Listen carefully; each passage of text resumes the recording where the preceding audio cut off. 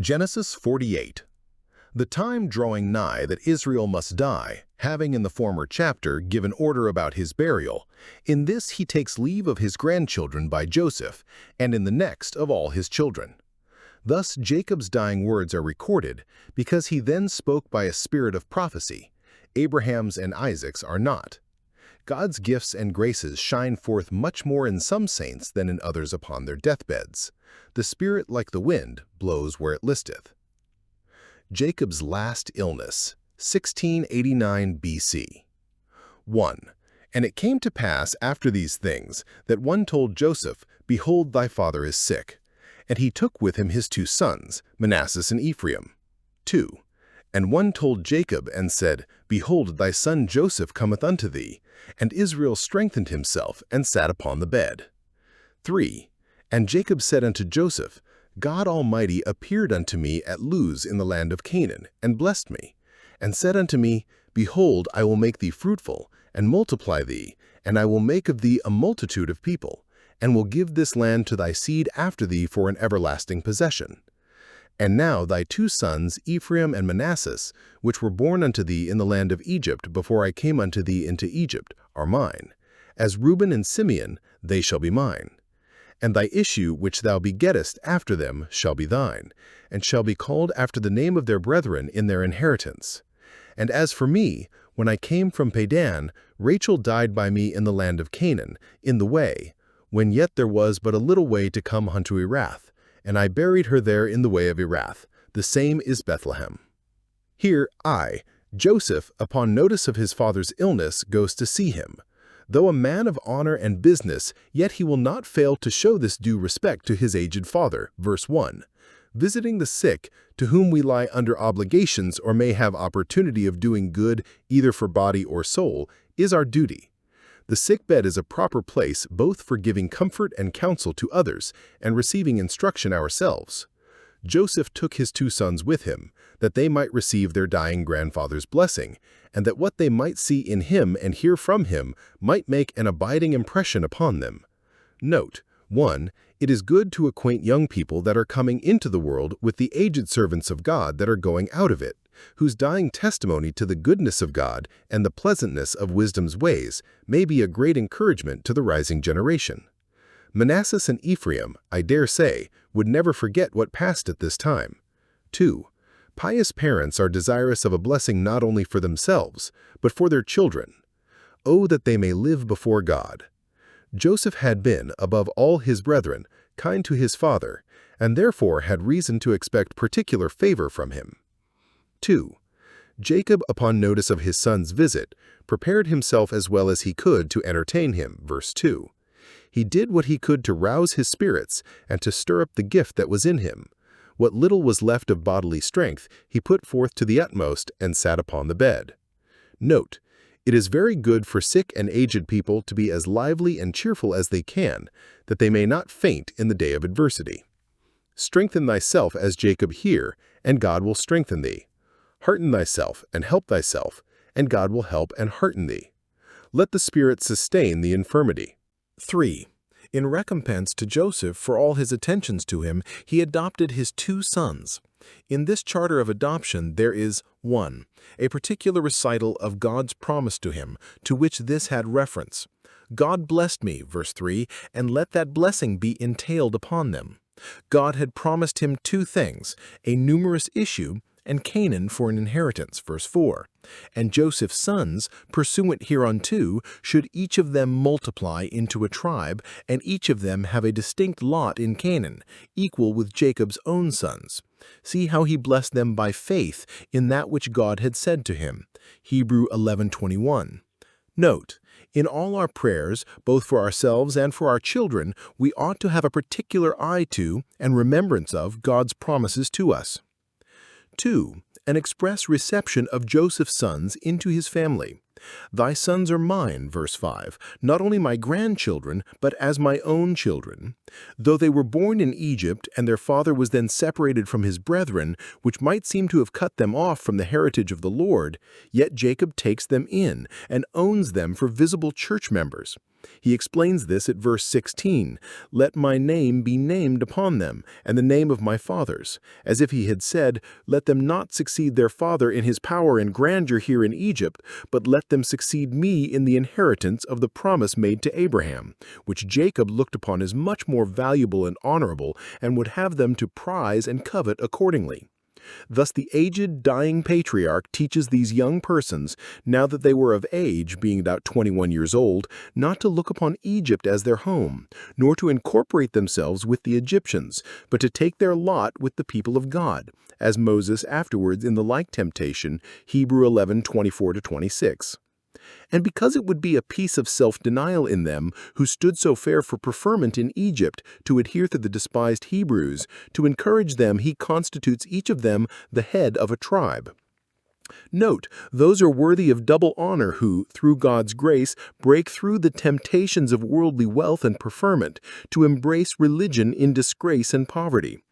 Jacob will have Ephraim and Manasseh to believe that it is better to be low and in the church than high and out of it, to be called by the name of poor Jacob than to be called by the name of rich Joseph. 3. A proviso inserted concerning the children he might afterwards have. They should not be accounted heads of tribes as Ephraim and Manasseh were, but should fall in with either the one or the other of their brethren. Verse 6. It does not appear that Joseph had any more children. However, it was Jacob's prudence to give this direction for the preventing of contest and mismanagement. Note, in making settlements, it is good to take advice and to provide for what may happen, while we cannot foresee what will happen. Our prudence must attend God's providence. 4. Mention is made of the death and burial of Rachel, Joseph's mother, and Jacob's best beloved wife, verse 7, referring to that story, chapter 35:19. Note, when we come to die ourselves, it is good to call to mind the death of our dear relations and friends that have gone before us, to make the death in the grave the more familiar to us.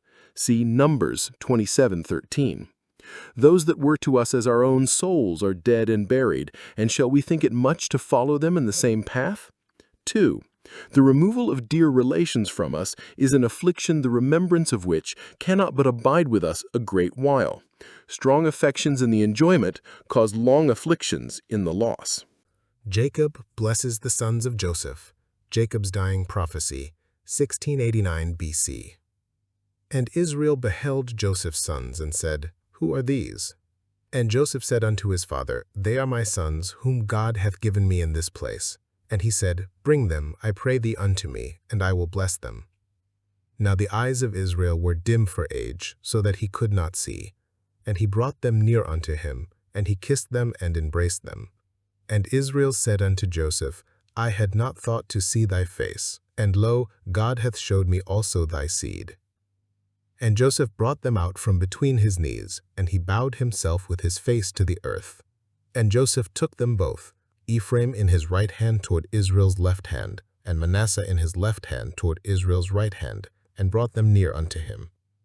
And Israel stretched out his right hand, and laid it upon Ephraim's head, who was the younger, and his left hand upon Manasseh's head, guiding his hands wittingly, for Manasseh was the firstborn.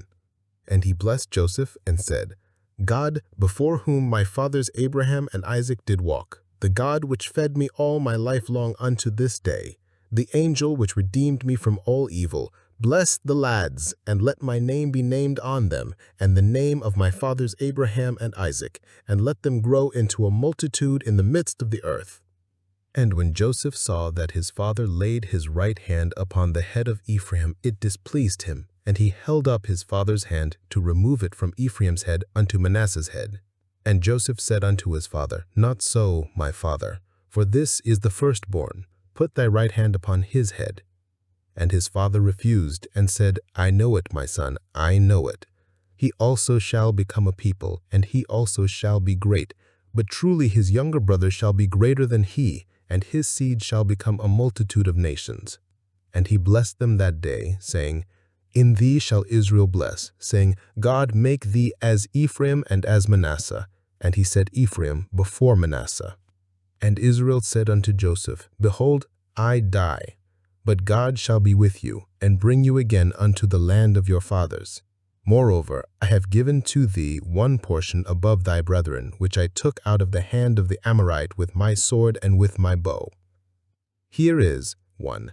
The blessing with which Jacob blessed the two sons of Joseph, which is the more remarkable because the apostle makes such particular mention of it, Hebrews 11:21, while he says nothing of the blessing which Jacob pronounced on the rest of his sons, though that also was done in faith.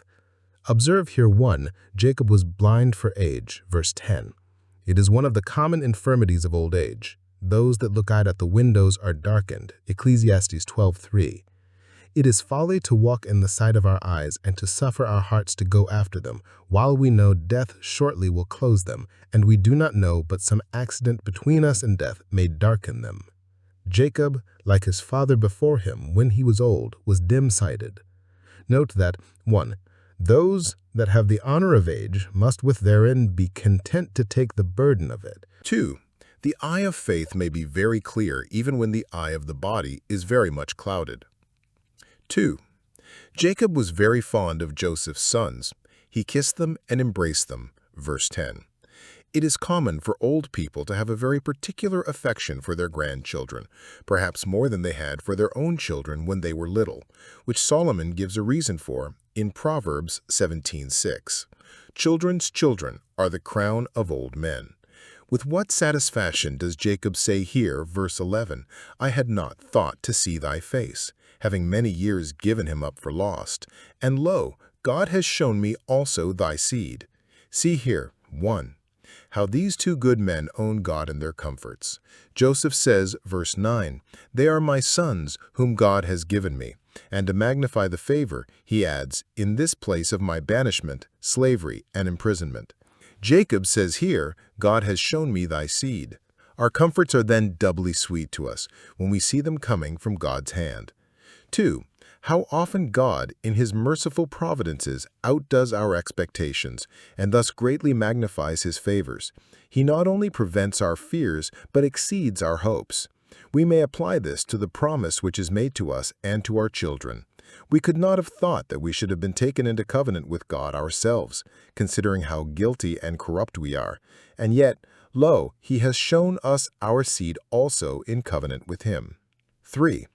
Before he entails his blessing, he recounts his experiences of God's goodness to him. He had spoken, verse 3, of God's appearing to him. The particular visits of his grace and the special communion we have sometimes had with him ought never to be forgotten. But verse 15, 16, he mentions the constant care which the divine providence had taken of him all his days. 1. He had fed him all his life long unto this day. Verse 15. Note, as long as we have lived in this world, we have had continual experience of God's goodness to us in providing for the support of our natural life. Our bodies have called for daily food, and no little has gone to feed us, yet we have never wanted food convenient. He that has fed us all our life long surely will not fail us at last. 2. He had by his angel redeemed him from all evil. Verse 16. A great deal of hardship he had known in his time, but God had graciously kept him from the evil of his troubles. Now that he was dying, he looked upon himself as redeemed from all evil, and bidding an everlasting farewell to sin and sorrow. Christ, the angel of the covenant, is he that redeems us from all evil, in 2 Timothy 4:18. Note, 1. It becomes the servants of God, when they are old and dying, to witness for our God that they have found him gracious. 2. Our experiences of God's goodness to us are improvable, both for the encouragement of others to serve God and for the encouragement to us in blessing them and praying for them. 4. When he confers the blessing and name of Abraham and Isaac upon them, he recommends the pattern and example of Abraham and Isaac to them. Verse 15. He calls God, the God before whom his fathers Abraham and Isaac walked, that is, in whom they believed, whom they observed and obeyed, and with whom they kept up communion in instituted ordinances according to the condition of the covenant. Walk before me, chapter 17, 1. Note, 1. Those that would inherit the blessing of their godly ancestors and have the benefit of God's covenant with them must tread in the steps of their piety. 2. It should recommend religion in the service of God to us, that God was the God of our fathers, and that they had satisfaction in walking before him. 4. When he confers the blessing and name of Abraham and Isaac upon them, he recommends the pattern and example of Abraham and Isaac to them. Verse 15. He calls God the God before whom his fathers Abraham and Isaac walked, that is, in whom they believed, whom they observed and obeyed, and with whom they kept up communion in instituted ordinances according to the condition of the covenant. Walk before me, chapter 17, 1. Note that God, in bestowing his blessings upon his people, gives more to some than to others, more gifts, graces, and comforts, and more of the good things of this life. He often gives most to those that are least likely. He chooses the weak things of the world, raises the poor out of the dust. Grace observes not the order of nature, nor does God prefer those we think fittest to be preferred, but as it pleases him. It is observable how often God, by the distinguishing favors of his covenant, advanced the younger above the elder. Abel over Cain, Shem over Japheth, Abraham over Nahor and Haran, Isaac over Ishmael. Judah and Joseph were preferred before Reuben, Moses over Aaron, David and Solomon before their elder brethren. See 1 Samuel 16:7. He tied the Jews to observe the birthright, Deuteronomy 21:17, but he never tied himself to observe it. Some make this typical of the preference given to the Gentiles above the Jews. The Gentile converts were much more numerous than those of the Jews. See Galatians 4:27. Thus free grace becomes more illustrious. The particular tokens of his favor to Joseph. 1. He left with him the promise of their return out of Egypt as a sacred trust. I die, but God shall be with you and bring you again. Verse 21. Accordingly, Joseph, when he died, left it with his brethren. Chapter 50, verse 24. This assurance was given them and carefully preserved among them, that they might neither love Egypt too much when it favored them, nor fear it too much when it frowned upon them. These words of Jacob furnish us with comfort in reference to the death of our friends. They die, but God shall be with us, and his gracious presence is sufficient to make up the loss. They leave us, but he will never fail us. Further, he will bring us to the land of our fathers, the heavenly Canaan, whither our godly fathers have gone before us. If God be with us while we stay behind in this world, and will receive us shortly to be with those that have gone before to a better world, we ought not to sorrow as those that have no hope. 2. He bestowed one portion upon him above his brethren. Verse 22. The lands bequeathed are described to be those which he took out of the hand of the Amorite with his sword and with his bow. He purchased them first, Joshua 24, verse 32, and, it seems, was afterwards disseized of them by the Amorites, but retook them by the sword, repelling force by force, and recovering his right by violence, when he could not otherwise recover it. These lands he settled upon Joseph. Mention is made of this grant. John 4, verse 5. Pursuant to it, this parcel of ground was given to the tribe of Ephraim as their right, and the lot was never cast upon it. And in it Joseph's bones were buried, which perhaps Jacob had an eye to as much as to anything in this settlement. Note, it may sometimes be both just and prudent to give some children portions above the rest, but a grave is that which we can most count upon as our own in this earth.